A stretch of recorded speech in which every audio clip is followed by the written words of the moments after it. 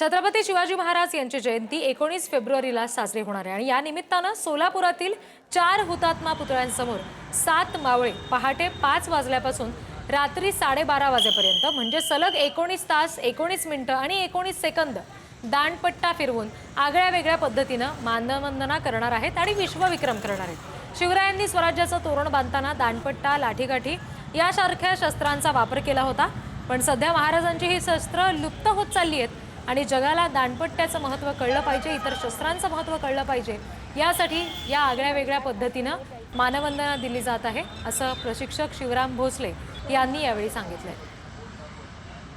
शिवरायांचे विचार व शिवरायांचे लुप्त होत चाललेले शस्त्र जपणं हेच जयंती साजरी करण्यापलीकडे आहे। शस्त्र म्हणून दांडपट्टा ह्या शस्त्राला राज्यशस्त्र म्हणून दर्जा दिलेला आहे। अशा शस्त्र हे जगाला कळलं पाहिजे, आजच्या पिढीला कळलं पाहिजे, ह्याच्यासाठी आम्ही आमच्या असोसिएशनचे 7 मावळे सतत 19 तास 19 मिनिट 19 सेकंद सतत दांडपट्टा फिरवण्याचा विश्वविक्रम व तसेच शिवरायांना आगळीवेगळी मानवंदना देण्यासाठी आम्ही सर्व असोसिएशन प्रयत्न करत आहोत।